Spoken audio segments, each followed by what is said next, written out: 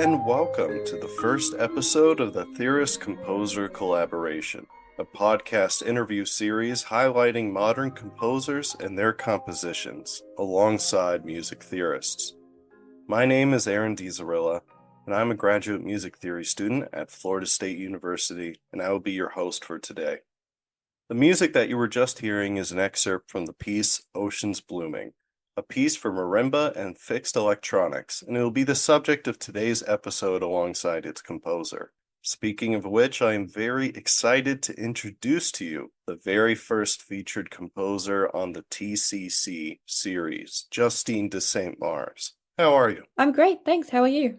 A little bit nervous being the very first part of this whole venture. Well, so Justine, go ahead and tell the audience about yourself, your background, professionally, personally, academically, whatever you choose. Sure. I was born in Australia. That's where I grew up, and I did most of my schooling in America, though. So I did a bachelor's degree at Florida State University in composition, and I'm currently doing my master's degree in composition. Which is, of course, where we know each other. Yes. Uh, we're classmates in a handful of things.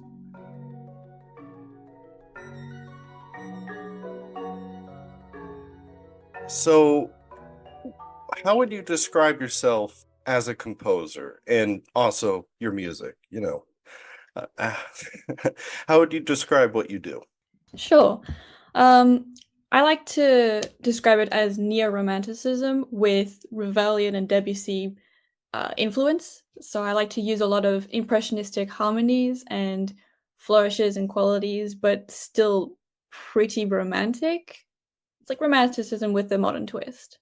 I know in our previous conversations also that you find some inspiration in film composition in that world as well. Can you talk about that a little bit? Yeah, so that's my main interest in music, has been for a while, and it's what I want to do going forward as well.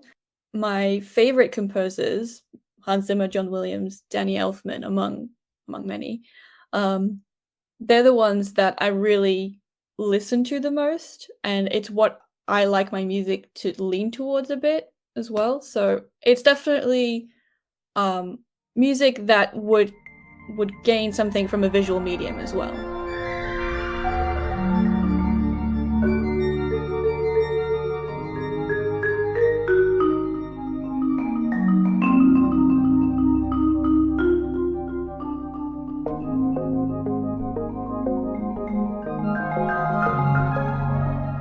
So now going to Oceans Blooming, which is the piece that we're looking at today. This was already premiered, correct? Yes, When was that? that was spring 2023. Spring 2023. And so, you sent me the score, and I was looking at the program notes, and you were detailing some of the background or your inspiration for the piece, which was a trip to Indonesia. Can you speak about that? Sure. Um, Over summer of 22, I think, I went to Indonesia to visit my dad who lives there. He works there. And while I was there, he took me around the country to these beautiful, beautiful beaches that were kind of away from the touristic areas that you would normally think of, like Bali. It's on a completely different island. It's on Sulawesi. And that's just empty beaches with beautiful reefs, amazing snorkeling, sharks and snakes and fish everywhere. And just past the beach, when you get onto land, there's these beautiful cliff sides with crazy amounts of jungle and so much green forestry. It's really something. Awesome. Well, of course, we'll get to it in the analytical section, but that certainly is spoken to within the piece. And I also have to ask, who were the performer? I know, so marimba and fixed electronics, of course, you had a percussionist, and were you standing by making sure the fixed electronics didn't go high wire? Yes, so the first time it was played, the premiere, I didn't have a performer, so I played a fixed track with MIDI marimba, which was, it's not the best, but I couldn't find a percussionist at that time. It was just a crazy time for everyone. The second time it was performed, I did have a marimba player playing it, and he did amazing. His name is Ryan Boehme. I think I'm saying that right. I'm not sure. Um, but that was the second time it was performed, and the electronics did go a bit haywire, and I had to like run on stage and like turn the monitor down. It was too loud and it was crackling everywhere. And it was it was a bit crazy, but he got through it. It was fine. Hey, look, fixed anything with electronics is bound to have Yeah. a little bit of messiness. Yeah. I But mean, the dress rehearsal went fine, so I don't know what was going on with the concert. so about marimba and fixed electronics, at least for me, I'm not a composer, but I have not seen that instrumentation very often. So can you speak to why you chose that orchestration? Sure. I've always I've always loved electronic music, and so I wanted to see what I could do with another instrument, and I was trying to think about what two elements that I wanted to represent the sea and then the jungle. And the wooden timbre of the marimba fit really perfectly for what I wanted the jungle to be, wood, trees.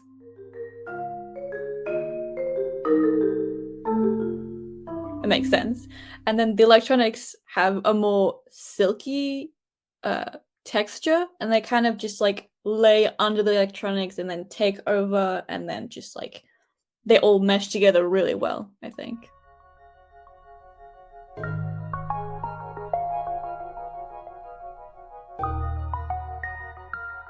Yeah. Going on to some of the observations I had. With the beginning of the piece, the melody or the theme that's in the main marimba is what I would call, like sequential in nature almost.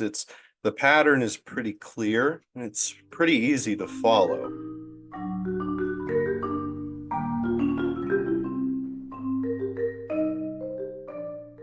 And looking at and listening to the harmony, how you had it structured, because then you had the accompaniment in the electronics.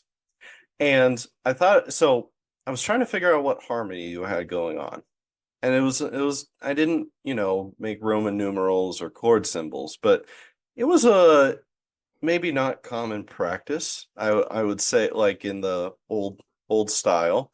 But it was still they made sense with one another. And also you had fully voiced chords, but one thing that I really liked and I noticed was in the accompaniment you had very wide spacing.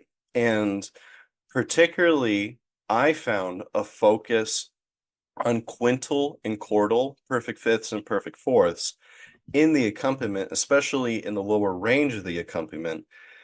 And it gave, like I was talking about earlier, that Debussy Ravel, like impressionistic, almost planing sort of sense, especially when it would be parallel, one after the other, in Mhm. the opening. And I know that if you do a vertical analysis, they're fully voiced chords. But the timbre, especially the timbral separation of the marimba and the electronics, really made it feel open and like this like harmonic stasis that you get with quintal and quartal harmony. Were you thinking about it that way? Was it just what decision-making process led to that kind of voicing and spacing? Yeah, I like to play with spacing to see what kind of differences it makes depending on how I voice chords. Like in a cluster, it will sound very different than if it's spread out, right? And my favorite way to voice chords at a piano is to have tenth in the left hand. So let's say we're doing C major, tenth in the left hand, so C to E in the tenth, and then the fifth in the middle, which is G, and then having a second inversion in the right hand, so G C E. That's my favorite voicing of like any chord because it's great to just like move up and down, which is exactly what I did in Ocean's Blooming. And yeah, so with you said something about like harmonic progressions not being typical. What I tried to do with Ocean's Blooming, it's in C major and kind of in C major. Mm-hmm. I wanted to try to get as far away from C major as possible, but staying relevant. So the first sequence is C major, G minor, F major, C major, and then it goes into like A flat major and then B flat major, E flat major. But it all kind of flows and makes sense together, and we eventually end up back at C, which is it's like a big roundabout way of just like going around some kind of circle of fourths or fifths. Yeah, if I was sitting down and writing a class paper on this piece and I had to address what key it's in or the tonality, I probably wouldn't describe it in C major, quite frankly. Because when I was looking at the score, and of course listening to it, it goes all over the place. But Mhm. looking at the score, you had so many accidentals. It kind of reminds me of how some atonal composers would always just have it in C major and then write all the accidentals. I thought Yeah. that's what you were doing, so I didn't see it as really in a key, like just localized key centers, and those would change over time, which is essentially Mhm. what you were describing. Right. It's not in a key signature. It just happens to start in C and it happens to end in C, I Yeah. think. But like, there's no real key.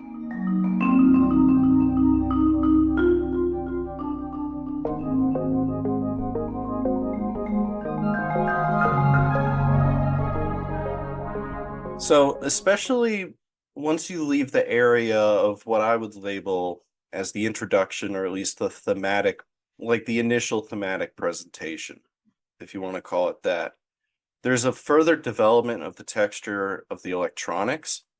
And Hmm. when listening to it and looking at the score, it again, I'm thinking about that conversation we were having about impressionistic Debussy, Ravel, and also quartal and quintal harmony.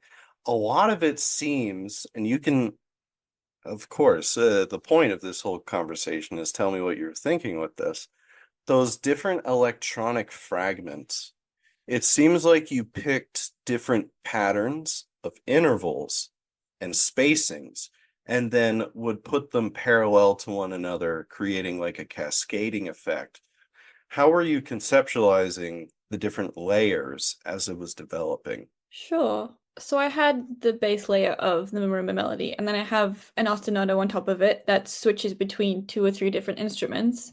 It starts with the live marimba part, and then it switches over to a MIDI fixed marimba part to kind of keep the wooden texture, but it's like slightly different. And then it moves over to something a bit smoother. But on top of that, there's lots of moving things. I really just the way I write music is not, oh, I'm gonna make this sequence go right here and this needs to go right there. It's, oh, this sounds good here. I'm gonna put it in. This sounds good flipped, and in this instrument, I'm gonna put it there. And it has to flow in my mind. If it doesn't sound like it's just one big thing going like this, then I didn't do my job right. Fair enough. That I think that's one of the most fun parts of talking with a composer in particular, because as music theorists, as you can probably tell from, the way that I was seeing it, we see it as a structural, mathematical, oh, they must have calculated this needs to go here and this needs to go there, which you do mentally, but that's not your intention to make it correct. It's Yeah. so it sounds good, right? Which Exactly. has correlation to it being mathematical sometimes.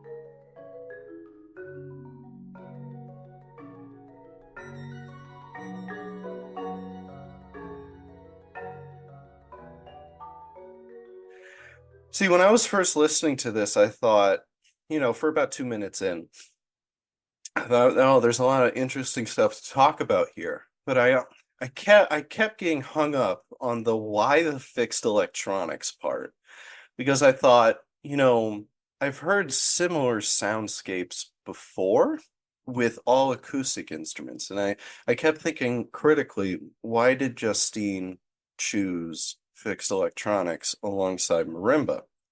But then there was this moment about 2.5 minutes or so in the piece around rehearsal B, where just like, wow.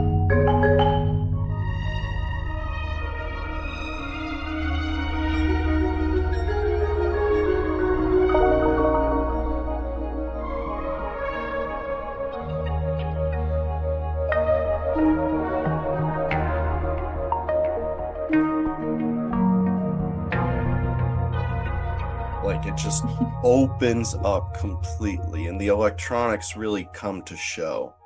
And there's this just like not necessarily, well, it's a bloom. It's a blooming of sound. Can you talk about that development of the electronics, like working in an electronic realm and managing all those different layers? Yeah, the point of this piece was to have an evolution, a bloom, right? So I chose electronics because I feel like there's no limitations. I can literally do anything with a computer. Like I can just make any sound I want, any kind of texture, any kind of pattern. Just there's no limitations of instrument ranges. There's no problems of blending because I can just mix it however I want to. Um, and I wanted to have this like ethereal sound, but still have it grounded. It's still about Earth and not just like space. Because electronics kind of like get into space territory at certain points. I tried to kind of stay away from that and try to get more water and Earth. You know, I hope you find this as a compliment, but one thing I was thinking about, like imagery. I've never been to such a place in the world, so I'm not fortunate enough to like be visualizing that. Have you seen the newest Avatar movie, The Way of Water? Yes, So yes, like I'm thinking specifically the scenes where there's no dialogue and it's like that one son is like going around with that whale or whatever in open yeah, water, and yeah, it's just this like serene taking in all of the beauty. And you know you're right, historically and just topically in our ears, when we hear further exploration in electronic music, we immediately go to space, probably because it's foreign to us. yeah. Like the electronic sounds, like you said, there's very little limit on what you can do. But the ocean and its depths are is also very foreign to us. And maybe not quite as much as space, but like that ethereal opening up is like just wonderment. And I would say another big thing of your piece that adds to that, I was listening to it on these relatively nice headphones. The panning that you had going on between the different elements also made it feel like you were getting your head dunked, like you were just going further underneath the layers of sound. What is it like in a live performance medium to be dealing with, like, how do you make sure that those panning effects, having something in your left ear, your right ear, how do you manage that in a live setting? Right. I mean, if you have a pair of stereo speakers in your live performance, for mine, I had two Tower Bose speakers, and they had just like switching, just like sending sound back and forth wherever the panning was. So that worked pretty well. I mean, it works better if you sit in the middle of the concert hall and you like get even distribution of sound. But it tends to work pretty well. Maybe not as well as in headphones because you're like actually all around the sound this way in headphones. But I think it works pretty well.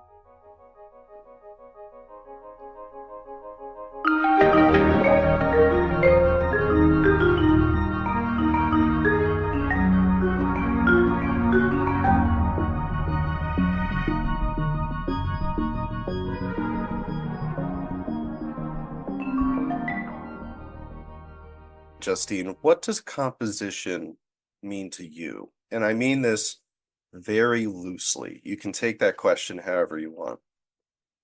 Okay. To me, it's a form of self-expression. I'm sure it is to many others. It's a story. Sometimes it's a story, sometimes it's just kind of music. I recently wrote a piano quintet that was just it was just music for music. I didn't have a story, there was no point. I just was like, cool, let's write something for piano and strings. And then sometimes I like to tell a very deep story, a very personal story. It just depends on the music. And really it's what I want to hear in music today. I write what I would want to hear coming back to me. Now, I'll ask you almost an inverse question. What does music theory mean to you as a composer? And you can, Well, oh, look, be as honest as you want to be. We've had classes together, theory classes, so Yeah. be as honest as you want. That's the point of this. I think music theory is a fantastic tool for composers to use. I just don't think it always needs to be a rule to follow. I find myself analyzing my own music. I'm like, oh, great, this is like a 1 minor 5 progression. I'm like, oh, this is a sequence, and I'm like, okay, great, I can recognize those things, and I can say, let's do more of that there. And you know, it works, but I don't think about it when I'm composing. It's not something that I need. I have it subconsciously in my head to use, but I don't feel like I need to use it all the time. Fair enough. I would say there's that dangerous balance between having it and purposely using it. Because, like, for example, some of my observations here that I thought were very specific technical decisions were simply just almost natural intuitions that you had when you were writing the music. Hmm. And so I would say that that comes not just from your oral experience of listening to music for your lifetime, but also your theoretical know-how. But of course, you weren't always thinking of that purposely, so there's that dangerous dance between those two things. You've already kind of answered the question of how music theory, well, how about this? In an academic setting, or even in a professional setting, how do you see right now music theory and composition working together? And I mean, how do you see it currently, and then how would you like to see it? Right. I mean, from my experience at Florida State University, there's a bit of a disconnection between theorists and composers. We really only interact in theory classes, and then outside of classes, I really never see them. We don't have any events together. We don't talk enough. There's really this disconnect, and it would be interesting to have more of a connection. Like, let's see what composers can do with a theorist saying these things are cool, you should put this in music, or like a composer saying, well, this is the point of the music, you're missing this because you're doing too deep of an analysis, like something like that. Something where like a theorist like you and a composer like me just kind of talk and discuss, and we have really interesting back and forths that way. Well, I'm in support of that. That's why we're here. I agree with you. I agree with you. There is certainly a disconnect. And I like the point that you had where we do meet, it's during a theory class. Very seldom do we meet in a composition class. Right. You come to our turf. All right. So, how do you see the world of modern composition right now? Right. So we've got a lot of like experimentation happening right now, but we also got a lot of like revisitation of old music with a new spin. We've got like let's take Jennifer Higdon. She's not necessarily an experimental composer, but she definitely is a new composer having this kind of tonal and thematic material that keeps coming back, which is a style of like older music. It's it's interesting. We've got both of these things now, which is fun. I mean, there's a whole spectrum, but we've got both ends of it, which is really interesting. It's not just one theme. Like the classical era, it was clearly very much the classical era, and it slowly evolved, and now we've got a lot more variety. And from going off of what you said earlier about yourself, you would put your own self maybe a little bit closer towards the revisitation or reimagining of those older styles. Yeah, And Jennifer Higdon's really cool. Have you heard her violin concerto? I don't think I have. It won the Pulitzer Prize years ago. I don't in music. I don't remember which year, but a great piece of music. Highly, All right. highly recommend. I'm also a violinist, so that's probably why I know it. So, you said a bit earlier about film composition or at least adaptation of your music into physical or visual media. Where where would you like to? I'm essentially asking your prospects for your future. Are you feeling like a DM in composition somewhere? And what current projects are you working on? Sure. I'm not planning on getting a doctorate in composition. That's not really where I want my path to take me. I am interested in film scoring and screen scoring and all that. And currently, I'm working on a feature film for a director from the motion picture school at FSU, which is fun. It's an 80-minute horror film, and I've started working on it, and they need the music in 4 weeks, which is a little stressful. Oh, But how, yeah, I've started. It's great. how long is, like, if you were to go to how many minutes of music do you need to produce for that? It's an 80-minute film. Is it, yeah, so like how long is your score gonna be? Um, Probably 50 minutes to an hour. Oh, jeez. All right. When is that? Do you know the timetable on when that? Now, you said your score is due in about 4 weeks, but Mhm. when is the film going to be finished, or at least into final stages of production? I don't know. I just know music deadlines. And you're getting paid for that regardless, though, right? We haven't discussed payment, but I'm assuming no. It's more like a student run Oh, okay. thing. Okay. Yeah, Okay. totally cool. Yeah. Hey, I'm not upset about this. This is great for me. oh, Like, this oh is no, good.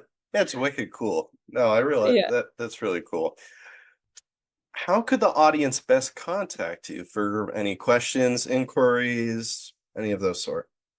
sure. I mean, I have an email, as most people do. It's just jdstmars@gmail.com. I mean, I have a YouTube channel if you want to leave a comment. I read all my comments. And a note to the listeners, upon the release of this episode, on our homepage, there will be a tab at the top for contributors, where all of Justine's information, contact info, and her bio will be, as well in the description of the episode. So you can contact her using any of those means. So, to wrap up this episode of the Theorist Composer collaboration, I'm going to give the final note to you, Justine. If you were to say something to the audience about the field of music theory, composition, film music, music in general, philosophically, specifically, what would you like to say? Okay. We we don't have music theory without composition and vice versa. We both kind of need each other in that regard. And right, music that is cool. Yeah. Music that is cool. I love Yeah. that. I feel like sometimes we lose sight of that. I like that. Music that is cool. All right, well, that reaches us to the end of the inaugural episode of the Theorist Composer collaboration. Again, my name is Aaron DiZarilla, and thank you very much, Justine de St. Mars, for joining us and sharing your piece, Oceans Blooming. Yeah, thank you.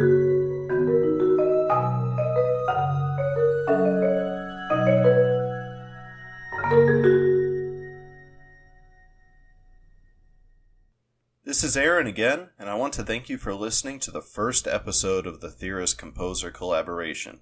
I also want to thank Justine de St. Mars again for joining the program as well.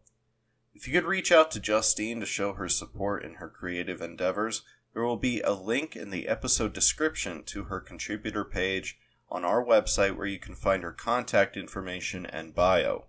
Please make sure to follow our Instagram, Facebook, and email listing on our website homepage for updates and episode notifications. You can listen to future episodes on our host website, Spotify, and I am happy to announce that we are now also available on Apple Podcasts, Amazon Music, and YouTube. All of these social media and podcast links will be in the description of wherever you are listening. I'm also happy to announce that there will now be full episode transcripts available on the episode page of the host website a few hours after the initial upload, so please navigate there if you wish to see it. If you have any comments, questions, or inquiries, feel free to comment on social media posts or use the contact page on our website. I am also very excited to promote our next guest, Key Nam Nguyen, and her piece titled A Vietnamese Mother's Letter to Nixon. I sat down to talk with her earlier this week, and the next episode featuring Keenam and her work will be posted hopefully early next week. Again, this is Aaron, and thank you for joining the TCC.